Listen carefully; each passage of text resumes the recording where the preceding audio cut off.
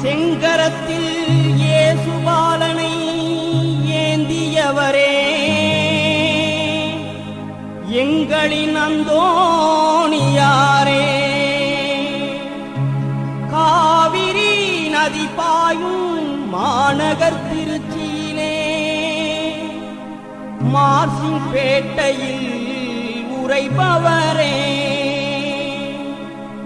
வெண்சங்கு ஆலயத்தில் அருள் பொழியும் நின் பொன்னிகர் திருக்கொடி பறக்கிறதே. அந்தோணியாரும் திருப்புகழ் கூறியே அன்போடு அனைவரையும் அழைக்கிறதே, பறக்கிறதே திருக்கொடி அழைக்கிறதே.